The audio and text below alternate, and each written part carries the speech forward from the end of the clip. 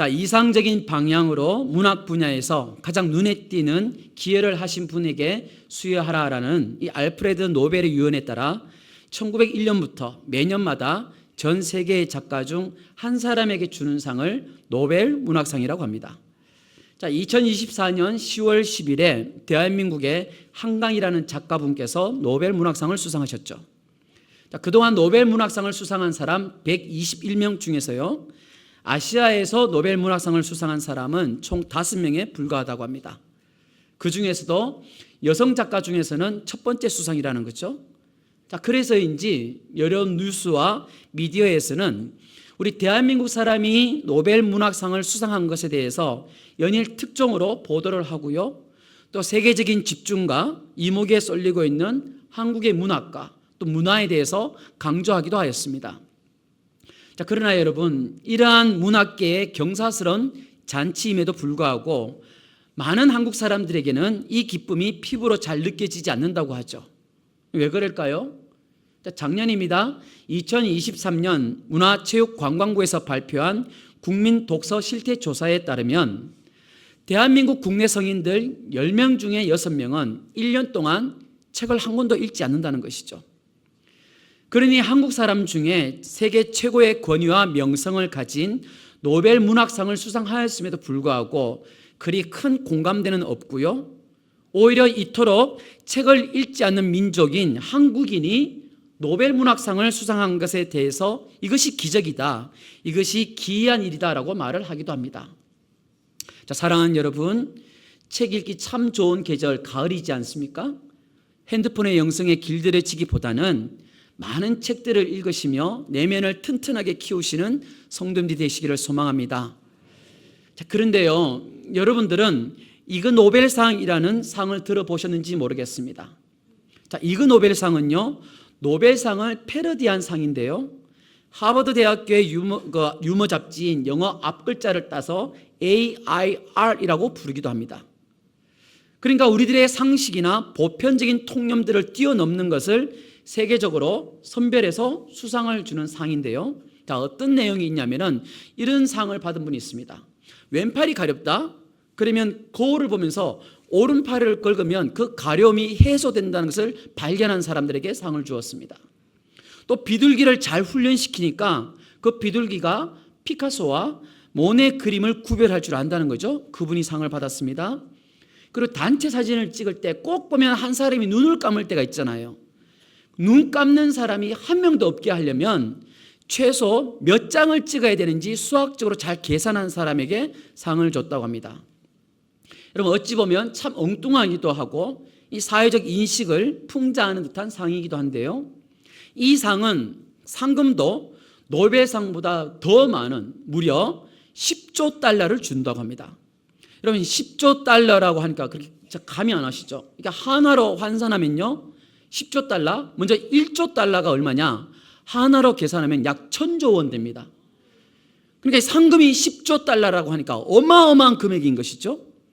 그런데 여러분, 이 상금 10조 원도 이 상의 의미에 따라 미국 달러로 주는 것이 아니라 짐바브웨 나라라는 그 나라에서 발행한 10조 짐바브웨 달러로 지폐를 준다는 것이죠.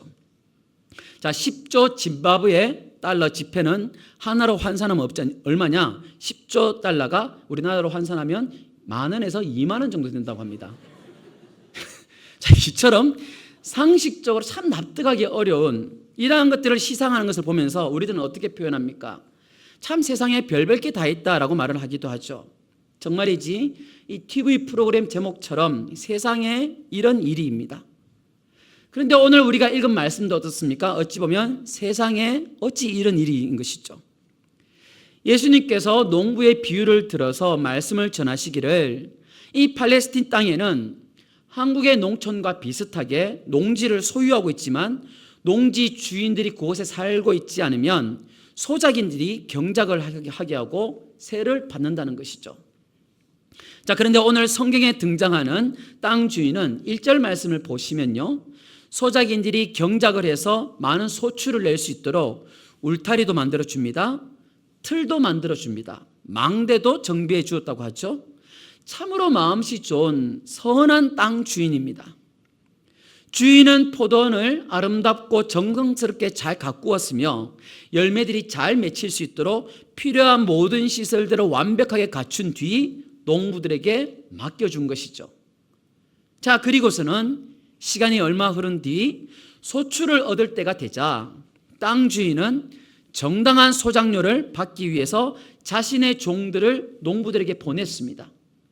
그런데 세상의 이치와 통념에 전혀 맞지 않는 행동을 농부들이 하는 것이죠. 어떤 행동들입니까? 이 선한 주인과 맺었던 계약을 무시하고 배신을 하는 겁니다. 주인이 종들을 보내었더니 그 종들에게 어떻게 합니까? 여러분, 동일한 내용을 마태복음을 보면요, 종을 2번 보내었다고 합니다. 누가복음에서는 3번 보내었다고 하죠.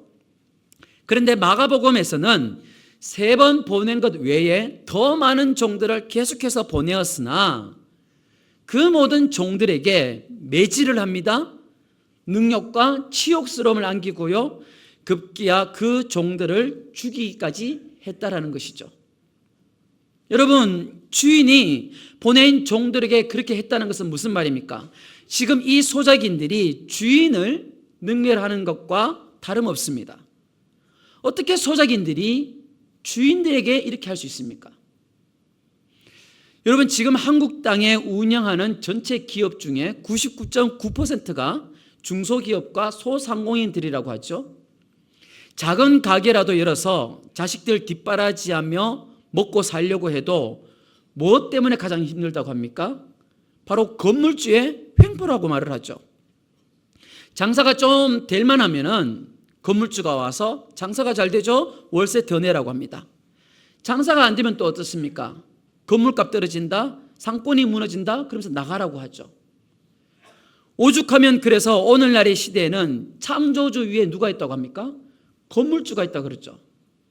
그래서 오죽하면 이런 책이 여러분 서점에서 베스트셀러가 되어 있습니다. 어떤 책 제목인지 아십니까? 서울대 가기보다 쉬운 내 아이 건물주 되기. 이런 세상입니다, 여러분. 그런데 오늘 성경에 등장하는 이 포도원 주인은 이러한 악덕 건물주가 아니에요. 여러분, 주인이 포도원을 만들어서 단순히 농부들에게 새나 받아 먹으려고 한 게 아니라는 것이죠. 월세나 받아 먹으려고 했다면 굳이 오늘 본문의 말씀처럼 포도원의 울타리나 즙 짜는 기계를 준비하고 망대까지 세울 필요가 없죠. 월세 받아 먹고 살려면은 굳이 뭐하러 내 돈 들여서 시설 투자를 합니까? 그건 농사 짓는 자기네들이 알아서 할 일인 것이죠. 자기네들이 풍성한 열매를 맺기 위해서 울타리를 치든지 말든지 호수아비를 세우든지 말든지 그것은 본인들이 할 일인 것이지 굳이 땅 주인이 신경 쓸 필요도 없고요, 그냥 세만 잘 받으면 되는 것입니다. 그러나 이 포도원 주인은, 이 선하고 선한 포도원 주인은 단순히 세만 받으려고 한 것이 아니라 시설 투자를 해줘서라도 이 땅에서 경작을 하는 농부들이 소출을 많이 얻었으면 하는 그 바람에 배려를 해준 것이죠. 그런데 주인이 보낸 종에게 매질을 한다? 온갖 수치와 모욕을 안기다가 심지어 죽여버린다? 여러분, 이게 보통 상식으로 일어날 만한 일입니까? 그런데요, 이런 일을 당한 주인은 또 어떻게 행동합니까? 그들의 악행에 대해서 악으로 갚는 것이 아니라 똑같은 피해 복수를 하는 게 아니라 더 몇 배의 악함으로 갚아주며 쫓아내 버리는 것이 아니라 한결같이 선함으로 그들을 대해준다는 것이죠.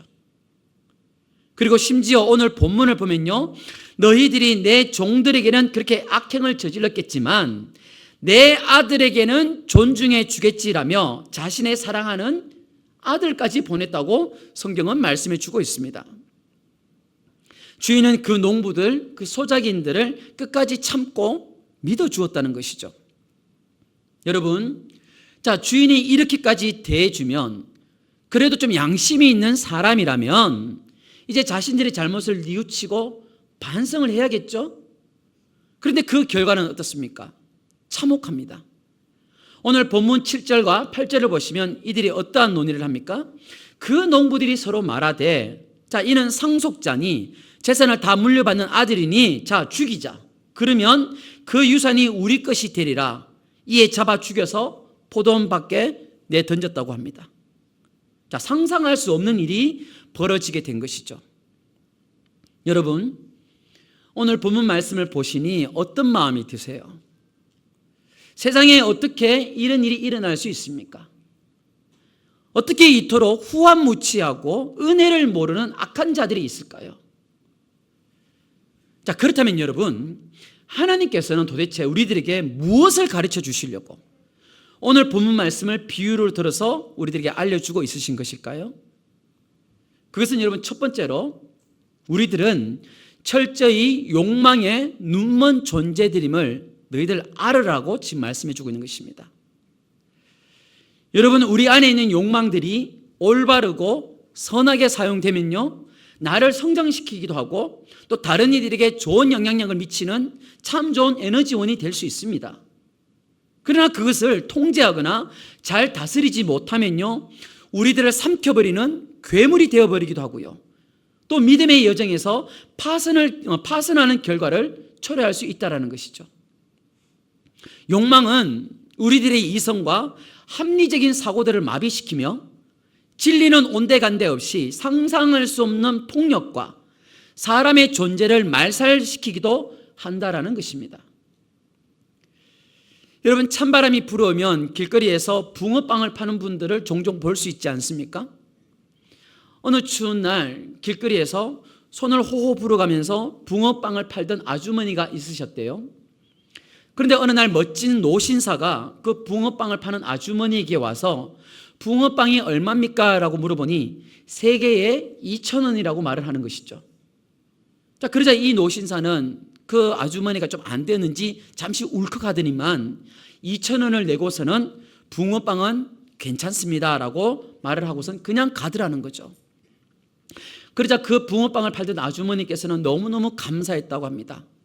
그런데 그 멋진 노신사는 하루도 빠짐없이 그 붕어빵을 파는 가게로 와서는 그 붕어빵 값 2,000원을 내고서는 항상 그냥 돌아가더라는 거죠.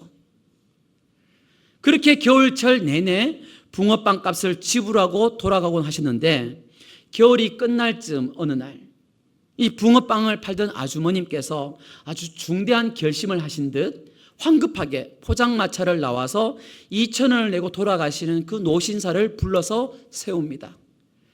그리고는 그 노신사의 얼굴을 바라보면서 한마디를 하는 거죠. 어떤 말을 하느냐? 아주머니께서 이런 말을 합니다. 저기요, 지난주부터 붕어빵 값이 3,000원으로 올랐거든요.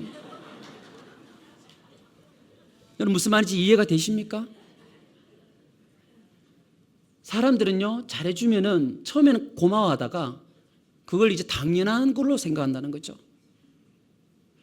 호의가 계속되면은 그게 권리인 줄 알아요 라는 어느 영화의 대사처럼 받는 것도요, 여러분, 습관이 되면은 자신의 권리처럼 당연히 여기는 게 인간의 죄성이고 바로 한계라는 것입니다.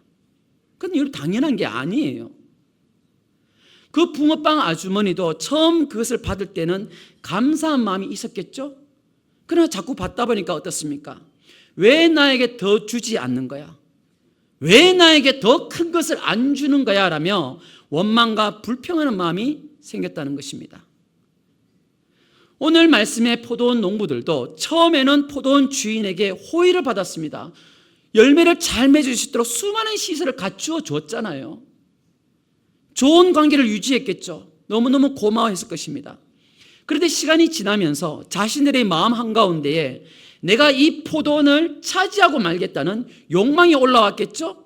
그러니까 그 과정 속에서 그들은 스스로의 이성은 마비되어 버리고 감정은 지극히 자기 중심적이 되어버려서는 그동안 포도원 주인이 베풀어 주었던 호의와 그 선한 마음은 싹 다 무시해버리며 배신하기로 결정했다는 것입니다. 그래서 그들은 당연히 내야 할 소출이 아닌 주인이 보낸 종들을 핍박하고 살인까지 저지르게 된다는 거죠. 그렇게 욕망의 노예가 되어버린 그들은 어떻게까지 되었습니까? 종들은 죽였지만 내 아들은 공경해 주겠지라는 그 간절한 마음으로 보낸 그 사랑하는 외아들마저 죽여서 포도원 밖으로 그 시체를 던져버리는 극단적인 일까지 저지르게 되었다는 것이죠. 결국엔 자신의 아들마저 그 배은망덕한 농부들에 의해 죽임을 당하게 된 것입니다. 여러분, 저는 오늘 본문 말씀을 보면서 이처럼 악하게 행동하는 포도원의 농부들도 참 이해가 안 되지만 또 이해가 너무너무 안 되는 한 사람이 있습니다. 누구입니까? 그렇죠. 포도원 주인이죠. 여러분, 주인이 보낸 종들이 상처받고 희생을 당하고 죽임까지 당했어요. 그리고 주인의 아들까지 죽임을 당합니다. 그렇다면 이들의 만행에 대해서 우리들이라면 여러분 어떻게 행동할 수 있습니까? 농부들을 찾아가서 복수에 복수를 해도 내 마음이 후련할까 말까 아닙니까? 여러분, 어느 부부가 심한 갈등으로 날마다 부부싸움을 했대요. 그런데 이상한 것은 부부싸움이지만 항상 남편이 폭행을 하고 폭언하는 일방적인 싸움이었다는 거죠. 아내는 그에 대해서 어느 대꾸도 하지 않고 그냥 잠잠히 있으며 그 폭언과 폭행을 다 받으며 살았다고 합니다. 남편과 싸워도 더욱 침착해지고 조용해지고 마음을 잘 가라앉혔다는 거죠. 그래서 세월이 지나면서 남편이 이제 깨닫게 되고 그 아내의 그 참는 사랑들, 그 자절에게 감탄해서 아내에게 말을 건넵니다. 내가 당신에게 화를 낼 때마다, 몹쓸 말을 할 때마다, 폭행을 할 때마다 당신은 나에게 전혀 대꾸도 하지 않고 대응도 하지 않고 정말 잘 참던데 어떻게 당신은 그 분노를 잘 자제할 수 있었냐? 그동안 너무너무 고맙다. 그러니까 아내가 말을 하는 거죠. 나는 그럴 때마다 그 마음을 가지고 화장실에 가서 화장실 청소를 하면서 분노를 풀었어 라고 말을 하는 거죠. 얼마나 고맙습니까? 화장실 청소가 얼마나 도움이 되길래 그렇게까지 했냐? 그래서 아내가 말을 합니다. 나는 항상 당신의 칫솔로 변기를 닦았어. 우리 남자분들 집에 가셔서 오늘 당장 칫솔부터 바꾸시기 바랍니다. 여러분, 복수를 해도 이런 복수해야 되지 않겠습니까? 남에게 드러나지 않더라도 교묘하게 나만 쾌감을 느낄 수 있고 그 사람을 아주 못살게 굴 수 있는, 한 방에 복수하면 때로는 너무 또 아까울 때가 있잖아요. 시간이 흐르면서록 잔잔히 사람 피 말려 죽이듯이 그렇게 좀 복수를 해야지 좀 쾌감을 느끼지 않습니까? 그런데 주인은요, 이상하게도 이 소작농들을 향해서 즉각적인 조치를 취하지 않습니다. 그냥 오래 참습니다. 내가 보낸 종들마저 핍박하고 죽였는데 주인은 어떻게 합니까? 더 나아가 보내지 않아도 될 자신의 아들까지 악한 농부들에게 보냅니다. 여러분, 이건 어찌 보면 바보 같은 행동 아닙니까? 이런 어리석은 행동이 또 어디에 있습니까? 처음에 보냈던 종이 빈손으로 돌아와서 보고를 했을 때 그때 뭔가 조치를 했었어야죠. 바로 그때 곧바로 그에 상응하는 처벌을 강하게 시행했어야만 그게 우리의 상식이고 우리 사회적 통념이지 않습니까? 물론 이해해 주는 것 좋습니다. 관용해 주는 것 좋습니다. 그러나 내 땅에서 먹고 사는 농부들이면서 세입자이면서 왜 내가 보낸 종들에게 월세는 주지 않고 왜 핍박을 하고 죽이느냐는 것입니다. 그러니 이들의 버르장머리를 제대로 고쳐야만 이 사회의 질서라는 게 원만하게 돌아가지 않겠습니까? 그러니 지금은요, 인내가 아니라 복수를 해야죠. 이게 이 세상에서 볼 수 있는 소위 관행이란 것 아닙니까? 그런데 포도원 주인은 도무지 이해할 수 없는 지금 행동을 하였다는 것이죠. 사랑하는 여러분, 우리가 살아가는 이 세상은 남의 잘못을 너그레 용서하고 역지사지의 자세로 받아들이는 관용, 똘레랑스보다는 얼마나 반복된 보복과 분노에 익숙한 채 우리는 살아가는지 모릅니다. 오늘 아마 교회에 오실 때에 분노 게이지가 상승된 채 오신 분들도 있으실 것입니다. 자, 예를 들면 이런 경우겠죠. 운전을 하고 잘 오는데 갑자기 앞차가 확 끼어듭니다. 내가 뭘 잘못도 한 것도 아닌데 크락션을 빵빵빵 누르고 쌍라이트를 번쩍번쩍거립니다. 여러분, 그럴 때 우리 마음속에 어떤 마음이 듭니까? 차분히 창문을 내리고 그 사람의 얼굴을 보면서 욕지거를 한 바가지를 쏟아내고 싶은 마음이 들지 않습니까? 또 이럴 수가 있겠죠. 오늘 예배 마치고 집에 갔는데 다른 차가 주차라인을 삐뚤하게 주차를 해놨어요. 내가 내리지도 못하고 타지도 못하게 해놨어요. 자, 그럼 어떻게 합니까? 너도 한번 당해봐라. 그런 마음에 그 차량 옆에 바짝 붙여서 주차를 해서는 그 차 문도 못 열리도록 우리 주차를 해버리지 않습니까? 우리들은 살아가면서요, 그 이상은 아니더라도 최소한 내가 받은 대로 똑같이 해주고 말리라라는 이런 심리가 작동하는 게 우리들의 현실이고 통념이라는 것이죠. 그런데 오늘 포도원 주인은 이러한 사회적 통념이 아닌 도저히 이해할 수 없는 행동을 하며 바보처럼 계속 당하고만 있다는 것입니다. 자, 사랑하는 여러분, 도대체 예수님께서는 납득이 되지 않는 이러한 비유를 왜 우리들에게 들려주고 계신 것일까요? 여러분, 선한 포도원 주인은요, 바로 하나님을 비유합니다. 그리고 종들은 구약시대에 보낸 선지자들을 일컫는 것인데, 하나님께서는 온갖 죄로 타락하여 하나님의 은혜를 잊어버린 이스라엘 백성들에게 수많은 선지자들을 계속해서 보내었습니다. 그래서 다시금 관계를 회복하기를 원하셨던 것이죠. 그러나 이스라엘 백성들은 어떻게 합니까? 보내주신 선지자들을 박해하고 핍박합니다. 이사야는 토백혀서 죽여버리죠.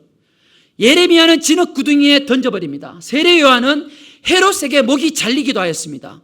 구약의 인물뿐입니까? 세계 곳곳의 선교 역사를 보면 수많은 사람들이 이름 없이 빛도 없이 복음 한번 제대로 전해보지 못한 채 그들은 죽임을 당하기도 하였습니다. 이 조선 땅에도 겨우겨우 왔는데도 불구하고 그 아이들, 핏덩어리들마저도 생명을 잃어하는 그런 아픔마저 겪기도 하였습니다. 즉 이스라엘 백성들은 이처럼 이루 말할 수 없는 하나님의 사랑과 은혜를 받았던 유대인들이 하나님의 아들이신 예수 그리스도를 영접하지 않았다라는 것이죠. 아브라함을 택하시고 믿음의 조상으로 세우시며 약속의 땅도 주셨어요. 출애굽을 하면서 인도하셨고요, 광야에서 40년 동안 우리에게 필요한 모든 것을 공급해 주셨습니다. 시내산에서 율법도 주시면서 하나님을 섬기는 방법도 알려주셨습니다. 성전에서 기도할 때마다 하나님께서는 언제나 응답해 주셨으며, 혹이나 네 새끼 부족한 것은 없는지 날마다 노심초사하며 돌봐주셨던 분이 바로 우리 하나님 아버지였던 것이죠. 그러나 이스라엘 백성들은 어떻습니까? 하나님의 은혜를 잊어버린 채 하나님을 떠나버립니다. 수많은 선지자들을 통해 다시금 여호와 앞으로 돌아오라고, 다시금 하나님과의 관계를 회복하자고, 나랑 좀 사랑을 나누자고 그것을 선포하셨지만 오히려 그 선지자들을 핍박하고 죽이기까지 했다는 것이죠. 그럼에도 불구하고 우리들을 잠잠히 바라보시며 끝까지 참고 계시다가 어떻습니까? 또 기회를 주십니다. 6절 말씀처럼 외아들 예수 그리스도를 보내주시죠. 예수 그리스도를 보내주셨지만 영접하지 않습니다. 순종하지 않습니다. 왜요? 하나님의 은혜를 그들은 망각했기 때문인 것이죠. 잊어버렸다는 것입니다. 이사야 5장에 보시면요, 이스라엘을 포도원으로 비유하며 말씀하시죠. 내가 내 포도원을 위하여 행한 것 외에 무엇을 더할 것이 있으랴. 내가 좋은 포도 맺기를 기다렸거늘 들 포도를 맺으면 어찌 됨인고. 이제 내가 내 포도원에 어떻게 행할지를 너에게 이른다. 내가 그 울타리를 걷어버리고 먹힘을 당하게 하며 그 담을 헐어 짓밟히게 할 것이요 라고 말씀하시죠. 가나안 땅에서 극상품의 좋은 포도를 맺어야 하는데 이스라엘 백성들은 탐욕의 들포도를 잔뜩 맺었다는 것입니다.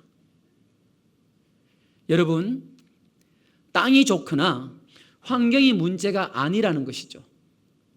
하나님의 백성들은 여러분 하나님을 떠나버리면 내 인생이 끝이다라는 것을 여러분 기억하셔야 합니다. 사랑하는 여러분, 오늘 말씀에 포도원 주인이 하나님을 비유하는 것이라면, 자, 그렇다면 악한 소작농들은 누구를 가리키는 말일까요? 하나님을 모른 채 오늘도 불나방처럼 세상을 헤매는 예수님을 믿지 않는 사람들이다라고 여러분 생각하십니까? 저는 그렇지 않다고 생각합니다. 물론 그 사람들도 악한 소작농일 수도 있겠죠. 그러나 여러분은 어찌 보면 이 소작농들의 모습이, 이 자화상이 나의 모습은 아니겠습니까? 우리들의 모습은 아닐까요? 날마다 사탄의 유혹에 넘어가서는 내가 하나님처럼 되려고 욕망의 죄악을 가지고서 하나님께서 주신 문화명령과 모든 언약을 파괴해버리는 아주 나쁜 인간의 모습, 그 인간의 모습을 우리 또한 간직하며 살아가고 있는 것은 아닐까요? 자, 그렇다면 여러분, 우리들이 가져야 할 모습은 하나님의 은혜와 사랑을 잊어버리며 무시하며 살아갈 것이 아니라 어떻게 살아가야 되겠습니까? 로마서 7장의 말씀처럼 오호라 나는 공고한 사람이로다. 내가 주의 사랑을 받고 구원을 받고 은혜를 받으면서 하루하루 살아가고 있음에도 불구하고 여전히 죄악 속에, 욕망 속에 하나님을 잊어버린 채 살아가는 참 못난 사람은 공고한 사람이로다. 이 사망의 몸에서 누가 나를 건져해 줄 수 있겠느냐, 이렇게 탄식의 고백을 하면서 우리는 살아가야 되지 않겠습니까? 여러분, 이 고백이 바울에게만 해당하는 고백이 아니라는 거죠. 목사님들만 하는 고백이 아니라는 거죠. 나의 내면 세계를 들여다보면 악한 소작농들보다 더 악한 사람들이 바로 나의 모습임을 우리들은 인정하지 않을 수 없지 않습니까? 교회에서는 거룩한 척 행세를 하지만 집에 들어가서는 아내와 자식들이 마음 놓고 숨도 쉬지 못하게 만들어버리고, 교회에서는 모든 사람들에게 친절하고 아주 나이스하게 지내면서도 집에서는 일터에서 직원들에게는 폭언도 하고 인격도 무시하고 날마다 오직 자기가 최고인 줄만 알고, 그러면서 날마다 누군가에게 복수를 하려고 하고 다른 이들을 향해서 입술로, 마음으로 날마다 죽음과 같은 고통을 안겨다 주고 살아감에도 불구하고 어떻습니까? 우리들을 바라보고 있으신 선하고 좋으신 우리 하나님은 욕망과 집착과 이기심으로 똘똘 뭉쳐진 우리들이 범죄함에도 불구하고 그때마다 즉각적으로 응징하고 보복하지 않으신다는 것이죠. 어떻게 하십니까? 사랑으로 끝까지 참으시고 자신의 사랑까지 아낌없이 내어주시는 분이 바로 우리 하나님 아버지심을 여러분 믿으시기 바랍니다. 우리가 좀 전에 찬양 들었죠. 찬송가 304장. 여러분, 우리들이 찬양을 하면서 기억해야 할 것은 뭔지 아십니까? 바로 하나님의 은혜가 그만큼 하늘을 두루마리 삼고 바다를 먹물 삼아도 기록할 수 없을 만큼 그만큼 크신 사랑이라면 나의 죄악도 엄청나게 크다는 것을 여러분 기억하셔야 돼요. 우리는 하나님의 사랑이 크다고 하면서 그 사랑 나 좀 주세요 이렇게 말만 할 줄 알았지, 내 사랑이 얼마나 큰지를 우리는 모르고 살아간다는 거죠. 여러분, 하나님의 은혜가 왜 클 수밖에 없습니까? 그만큼 크지 않으면 우리들이 지니고 있는 이 죄악의 무게와 크기와 그 뿌리의 깊이가 해결되지 않기 때문에 자신의 아들까지 줄 수밖에 없으시다는 이것을 볼 수 있는 영적인 안목을 여러분 우리들은 가져야 된다는 것입니다. 그래서 사도 바울도 로마서 5장 8절에서 말하지 않습니까? 우리 함께 읽어보겠습니다. 우리가 아직 죄인 되었을 때에 그리스도께서 우리를 위하여 죽으심으로 하나님께서 우리에 대한 자기의 사랑을 확증하셨느니라. 아멘. 사랑하는 여러분, 하나님의 사랑이 크면 클수록 나의 죄악도 그만큼 크다는 것을 우리들은 잊지 말아야 할 것입니다. 그래서 우리들의 인생에서 가장 중요한 것이 무엇입니까? 바로 하나님의 은혜인 것입니다. 여러분, 은혜는요 다른 게 아니에요.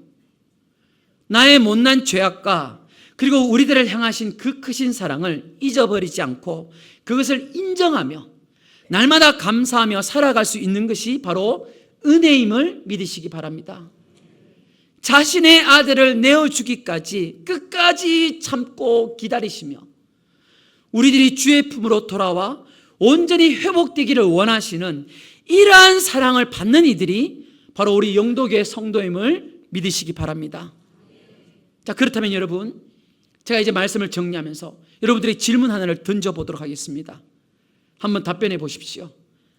하나님께서 가장 사랑하는 사람이 누구입니까? 여러분, 여기서 머뭇거리시면 안 돼요. 목사님 아닐까요? 그러시면 안 돼요. 하나님께서 가장 사랑하는 사람은요, 저입니다. 저. 다른 사람들이 나야 그러면 무슨 말씀? 나다, 나 이렇게 말씀하셔야 돼요. 무슨 말인지 이해가 되시죠? 우리들은 하나님의 그 사랑 앞에서 어떠한 마음을 가지셔야 되냐면은 하나님께서 이 세상에서 사랑할 사람이 꼭 나 하나밖에 없는 것처럼 나를 사랑해 주시는 것 같아요. 이 마음을 가지셔야 돼요. 나를 위해서 끝까지 참으시며 모든 걸 내어주시는 하나님. 여러분 이해가 되시죠? 자, 그렇다면 다시 한번 질문합니다. 하나님께서 가장 사랑하는 사람이 누구라고요? 아니, 저라니까요, 저. 자, 이해가 되시죠? 그런 마음을 가지셔야 됩니다. 그런 고백을 하셔야 되고요.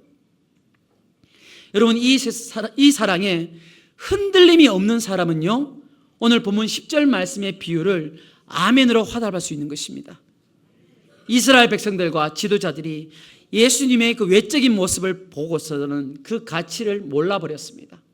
즉 예수님을 못 박아 죽였지만 하나님께서는 죽은 자 가운데서 다시 살리시고 모퉁이 돌이 되게 하셨어요. 여러분, 모퉁이 돌이 왜 중요합니까? 집을 건축할 때 모퉁이 돌을 기초로 해서 벽을 쌓습니다. 모퉁이 돌이 잘못 세워지면 아무리 벽을 잘 쌓아도 그 집은 무너지기 마련이죠. 흔들리기 마련입니다. 즉 예수 그리스도의 죽음과 부활을 통해서 강도의 소굴이 된 예루살렘 성전이 아니라 새로운 성전이 세워지고 있음을 말씀하는 것입니다. 자, 사랑하는 여러분, 버려진 돌이 모퉁이의 머릿돌이 되신 것처럼 우리들을 향해 끊임없는 사랑과 은혜로 다가오시는 예수 그리스도께서 우리들의 인생 모든 것의 기초가 되심을 믿으시기 바랍니다. 그것을 마태복음 7장에서 다음과 같이 알려주시죠. 그러므로 누구든지 나의 이 말을 듣고 행하는 자는 그 집을 반석 위에 지은 지혜로운 사람 같으니 비가 내리고 창수가 나고 바람이 불어 그 집에 부딪히되 무너지지 아니하나니 이는 주추를 반석에 놓은 까닭이요라고 말씀하시죠. 여러분, 지금 예수님께서는 방법론을 말씀하시거나 좋은 재료가 중요하다라고 말씀하는 게 아니에요. 돈이 많아서 10층짜리 건물을 짓고 돈이 없어서 1층짜리 건물을 짓는 게 아닙니다. 산상수훈을 통해서 반석 위에 세운 지혜로운 사람과 모래 위에 세운 어리석은 사람에 대해서 말씀하시기를 집을 어디에 기초로 해서 지었냐, 그것을 지금 말씀하고 있는 것이죠.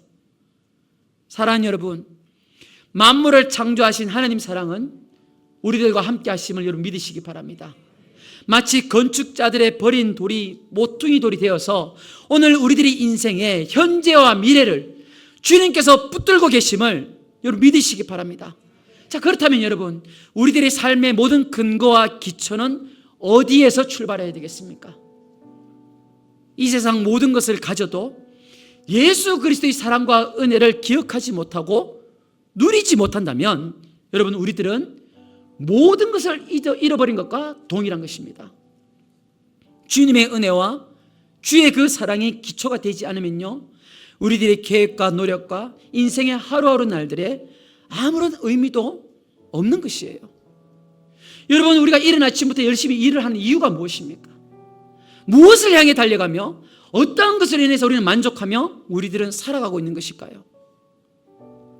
정말이지 우리들의 삶에는 주의 은혜와 사랑이 녹아있으며 나의 생애를 주님을 기초로 삼아 달려가는 인생인지를 늘 말씀 앞에 점검하셔야 합니다. 그래서 여러분들에게 다시 한번 부탁드리기는요, 여러분 어떠한 경우에라도 성도를 향하여, 가족을 향하여 악한 말 하시면 안 돼요. 악한 행위 하시면 안 돼요. 하나님께서 물론 그런 사람도 쓰긴 쓰십니다. 그렇게 악하게. 근데 사람들이 그걸 보고 배운다니까요. 뭘 배우는지 아십니까? 아, 저렇게 악한 말을 하며 저렇게 악한 행위를 하고 교묘하게 저렇게 행동하는 것은 사람들에게 상처를 주고 공동체를 무너지게 하는구나. 나는 저렇게 하지 말아야지. 그렇게 배운다니까요. 우리가 사람들에게 선한 영향력을 끼쳐야 되겠습니까? 그렇게 악한 모습을 통해서 나처럼 되지 말아라, 그런 모습을 보여줘야 되겠습니까? 여러분, 끝까지 인내하시는 진정한 참된 사랑은 사랑하는 아들을 십자가에 죽이기까지 나를 사랑하신 하나님께 있음을 믿으시기 바랍니다. 이 복음을 우리들의 인생의 기초로 삼아서 하나님과의 관계를 회복할 때에 내가 변화되고 내 가정과 우리 셀과 우리 공동체가 변화되리라 믿습니다. 하나님의 사랑이 진정한 참된 사랑입니다. 하나님의 은혜보다 더 소중한 것은 우리들에게 없습니다. 우리의 모든 인생의 기초가 되시는 예수님과 동행함으로 말미암아 날마다 때마다 귀하고 복된 성도로 살아가시기를 살아계신 예수님 이름으로 축복합니다.